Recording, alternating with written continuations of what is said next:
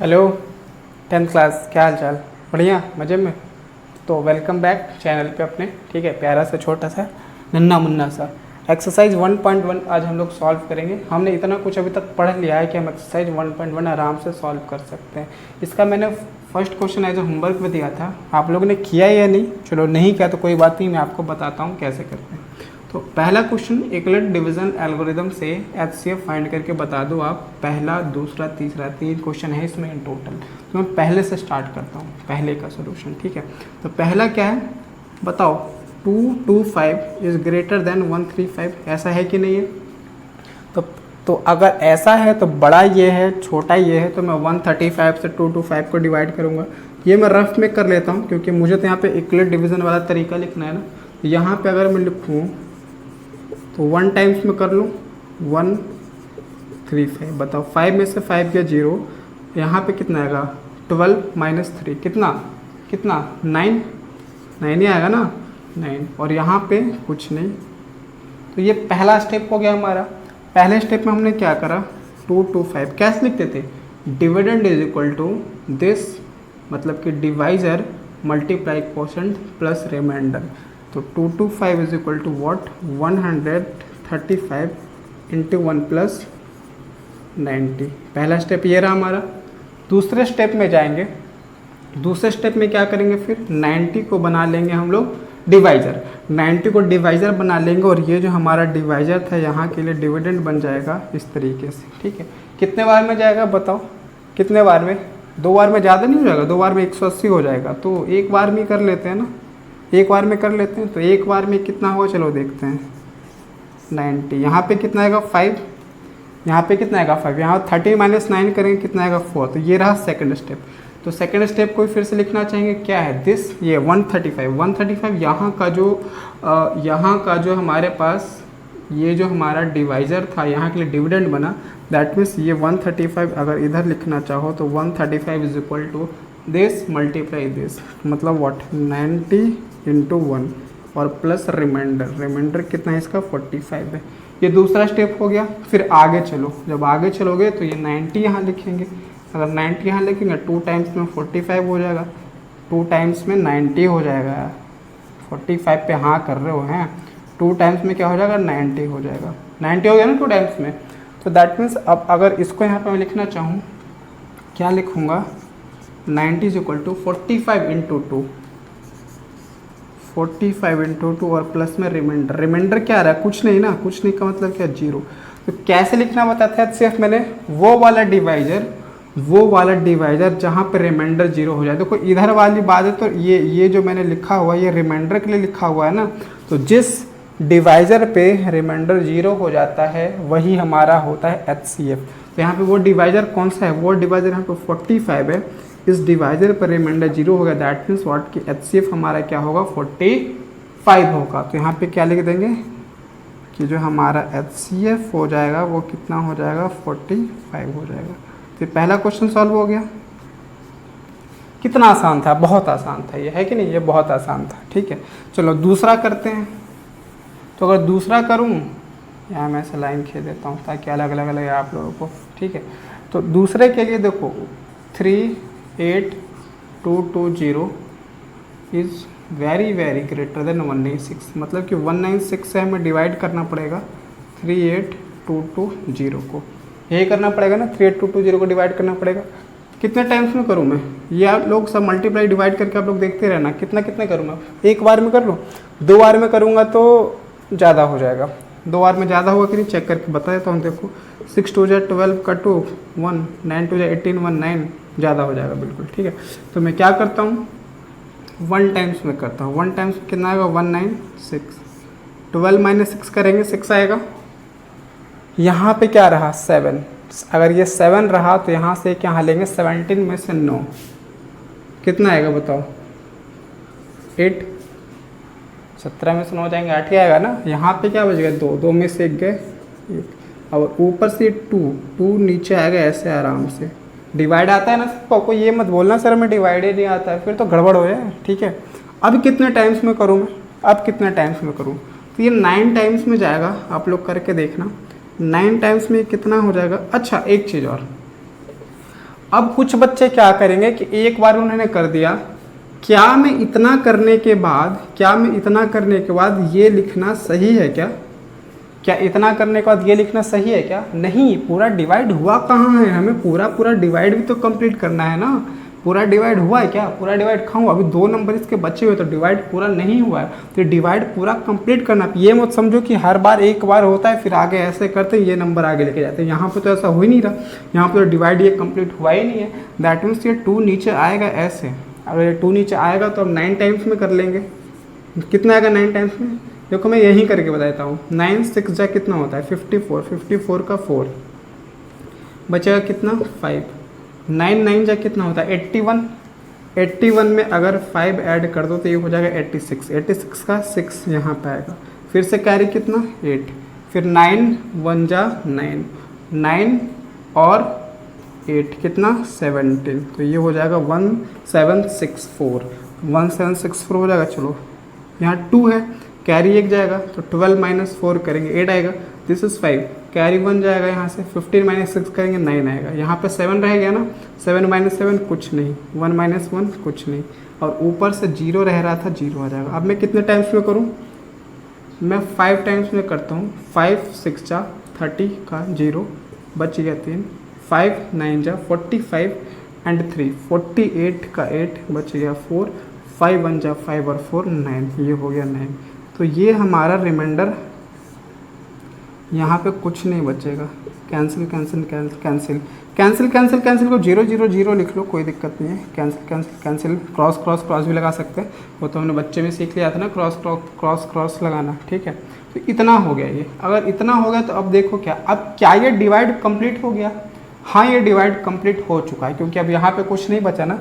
अगर मान लो कि ये करते टाइम मुझे यहाँ पे कुछ रिमाइंडर मिलता, सपोज दैट रिमाइंडर कुछ मिलता, मिला तो नहीं लेकिन मान लो कि रिमाइंडर मिलता, अगर यहाँ मान लो 2 ही मिल जाता, तो अब हम इसको यहाँ से ऐसे करते, तो ये वाला नंबर यहाँ से यहाँ पे इस तरीके से, क्योंकि डिवाइड एक कंप्लीट हो चुका है, ठीक है। लेकिन यहाँ ऐसा कुछ हुआ नहीं, ऐसा कुछ नहीं हुआ, दैट मीन्स हमें यहाँ 0 मिल गया। चलो ठीक है, कोई बात नहीं। अब अगर मैं ये तो डिवाइड कर लिया हमने, लेकिन हमें इस तरीके से नहीं रिप्रेजेंट करना है, ये तो मैंने रफ में करने बोला था ना डिवाइड, हम कैसे करेंगे? तो हमारा जो ये होता है 38220, दिस इज इक्वल टू ये वाला और इस वाले को मल्टीप्लाई करते हैं 196 इंटू 195 और रिमाइंडर ऐड करते हैं। ये चीज़ हमें लिखनी है। अगर हमें ये चीज़ लिखनी है तो हम क्या बोलते हैं कि वैसा डिवाइज़र जहाँ पे रिमाइंडर 0 हो जाए, तो वैसा डिवाइज़र जहाँ पे रिमाइंडर 0 हो जाए उसी डिवाइज़र को हम लोग HCF बोलते हैं। तो इस केस में HCF हमें एक स्टेप करने से ही मिलेगा, आगे करने की ज़रूरत ही नहीं हुई, क्योंकि रिमाइंडर 0 हो गया, ये वाला जगह रिमाइंडर का होता है, तो रिमाइंडर 0 हो गया।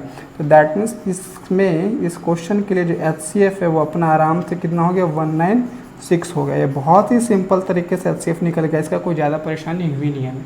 ये क्वेश्चन नंबर 2 भी हो गया।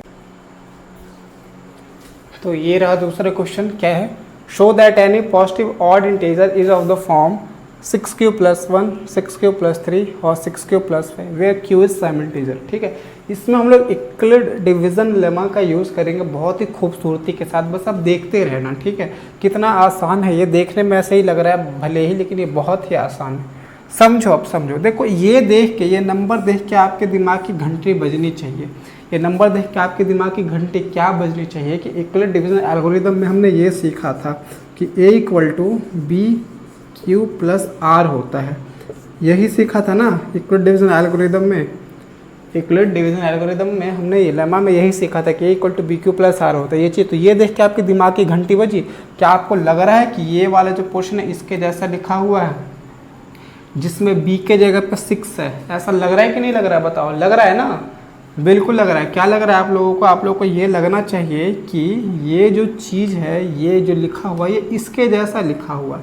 अगर ये इसके जैसा लिखा हुआ है, दैट मीन्स B की वैल्यू 6 है। ये लग रहा है ना?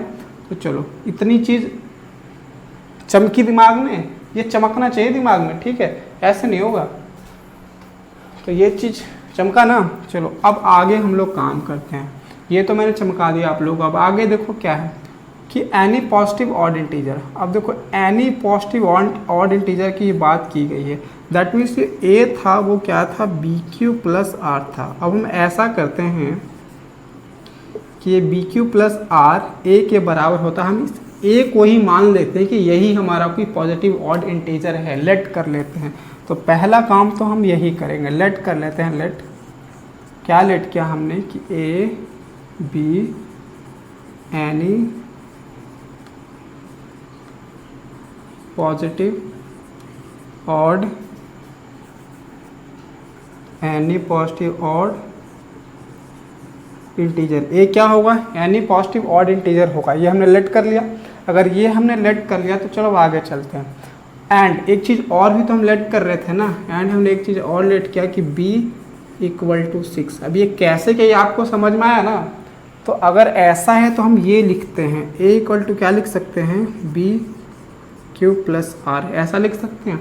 अगर a equal to b q plus r लिख सकते हैं तो इसी चीज़ को हम लोग b के जगह पे 6q प्लस आर लिख सकते हैं। अब याद करो, अब याद करो कल की बात, मैंने क्या बताया था कि यहाँ का जो नंबर होता है, दिस इज़ एक्चुअली व्हाट, ये आया कैसे था, ये आया कैसे था, तो ये कुछ ऐसे आया था।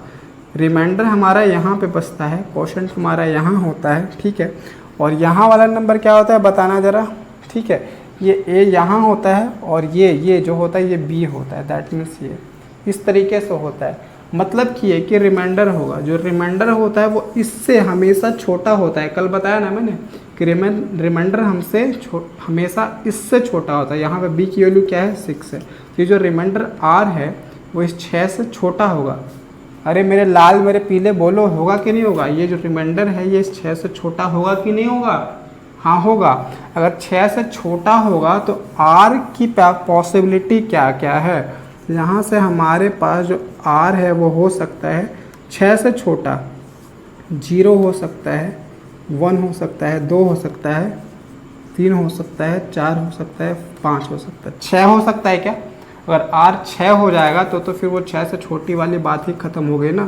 तो वेयर r क्या क्या हो सकता है, 0 1 2 3 4 5, इनमें से कोई एक हो सकता है, ठीक है। समझ में आया। तो चलो अगर r 0 है तो अब देखो a को हम लोग क्या क्या लिख सकते हैं। अगर r 0 है तो दिस इज 6q प्लस 0, ये होगा, ठीक है। और अगर r हमारा 1 है तो ये 6q प्लस 1 होगा, चलो। और अगर r हमारा 2 है तो ये 6q प्लस 2 होगा, होगा, बिल्कुल होगा। चलो आगे देखते हैं। अगर r हमारा 3 है a equal to 6q plus 3 होगा, ठीक है। अगर r हमारा 4 है तो ये 6q प्लस 4 होगा। अगर r हमारा 5 है तो ये 6q प्लस 5 होगा। मतलब a equal to 6q plus r को r की वजह से हम इस 5 तरीके से लिख सकते हैं। अब मैं जो बोल रहा हूँ वो ध्यान से सुनना, हमें ये बताना है कि a सिर्फ ऑड पॉजिटिव इंटीजर होगा। अब देख के बताओ मुझे, ऑड सिर्फ ऑड वाले, अच्छा यहाँ पे मैंने ऑड पॉजिटिव इंटीजर लेट कर लिया क्या, यहाँ पे लोग ऑड को हटाओ। अब इस ये मानो सिर्फ कि ए क्या है कि पॉजिटिव इंटीजर है, ए क्या है, कोई सा भी पॉजिटिव इंटीजर है। तो ए इतने तरीके से लिखे जा सकते हैं। अब इनमें से हमें ऑड वाले ढूंढने हैं और ये बताना है कि वो ऑड वाले ऐसे ऐसे और ऐसे वाले ही ऑड वाले होंगे। अच्छा मुझे ये बताओ कि 6 एक इवन नंबर होता है, 6 एक इवन नंबर होता है ना। अब इवन नंबर में किसी नंबर को मल्टीप्लाई करो, जहाँ पे q क्या है, q सम इंटीजर, मतलब q कोई भी इंटीजर हो सकता है। तो अगर इवन में किसी भी नंबर इंटीजर को मल्टीप्लाई करेंगे तो वो इवन ही मिलता है ना, चाहे वो ऑड लो, जैसे कि 6q है। 6q कहने का मतलब मैं 6 में 3 मल्टीप्लाई करूँ या 6 में 2 मल्टीप्लाई करूँ, 3 ऑड इंटीजर है, 2 इवन इंटीजर है। तो किसी भी केस में मिलेगा हमें फाइनली इवन ही मिलेगा।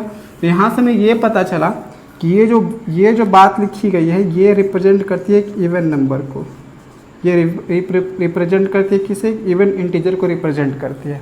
अच्छा यहाँ देखो, ये तो हमारा क्या हो गया, इवन हो गया, 6q इवन देखा ना। अब किसी इवन नंबर में 1 जोड़ेंगे, किसी इवन नंबर में 1 जोड़ेंगे तो ऑड बनेगा। ये करके देखो ना आप लोग किसी भी इवन नंबर में 1 ऐड करके देखो, किसी भी इवन नंबर में, जैसे कि मान लो मैं 72 लिखता हूँ, 72 इवन है, इसमें 1 ऐड करूँगा, कितना आएगा 73। 73 एक ऑड है कि नहीं है? हाँ जी, ये बिल्कुल ऑड है।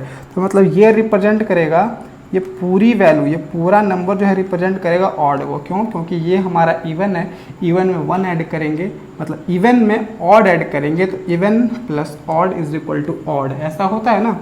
चलो अब यहाँ देखो, ये इवन नंबर है, इवन में हम अगर ऑड, इवन में इवन नंबर ही ऐड कर रहे हैं, अगर इवन में इवन नंबर ही ऐड करेंगे तो ये फिर से इवन ही देगा, है कि नहीं। यहाँ पे आओ, ये क्या है? ये वही बात है, ये नंबर इवन है, ये नंबर इवन है और इस इवन नंबर में ऑड नंबर ऐड कर रहे हैं, तो ये क्या देगा? ऑड देगा, ठीक है। यहाँ पे देखो, ये नंबर क्या है? एक इवन नंबर है और इस इवन नंबर में हम इवन नंबर ही ऐड कर रहे हैं, तो यहाँ से क्या मिलेगा? इवन, इवन ही मिलेगा। यहाँ पे देखो क्या है? एक इवन नंबर, इवन में ऑड ऐड कर रहे हैं, तो यहाँ से क्या मिल रहा है?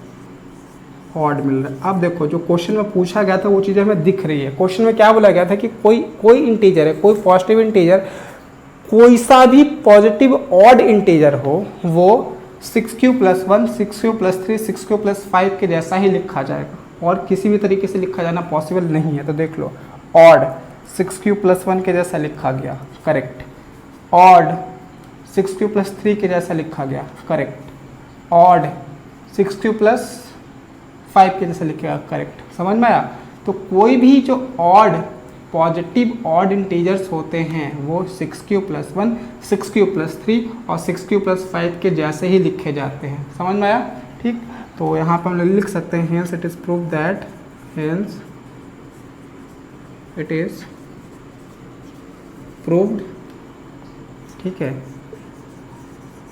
दैट, क्या लिखोगे? ठीक है, एनी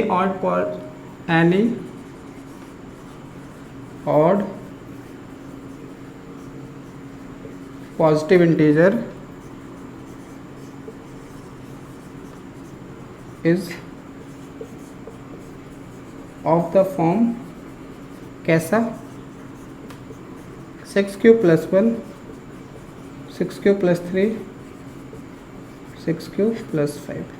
तो आई होप ये क्वेश्चन आप लोगों को समझ में आया और बहुत अच्छे से समझ में आया होगा, ठीक है।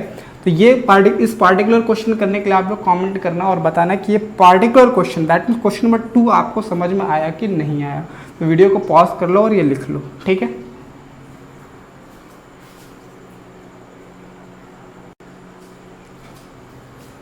तो आज की वीडियो में इतना ही रखें, वीडियो मेरी काफ़ी लंबी बन जाती है, ठीक है, प्रॉब्लम हो जाती है। चलो, कल मैंने एक छोटी सी मिस्टेक कर दी थी, मैथमेटिशियन की स्पेलिंग गलत लिख दी थी, तो सब इसे सही कर लेना। MATHEMATICIAN ये होता है मैथमेटिशियन। तो मैंने ई के जगह पे ना ए लिख दिया था, जो कि ए नहीं आना चाहिए। मैंने क्या लिख दिया था कल? मैंने ये लिख दिया था, ए लिख दिया था, तो ए नहीं होगा, यहाँ पे क्या आएगा? ई आएगा। ये this is the correct spelling of mathematician, ठीक है। तो ठीक है, और अच्छे से पढ़ लेना, ठीक है। फिर मिलते हैं कल अगले दिन नेक्स्ट लेक्चर में, ठीक है। Thank you.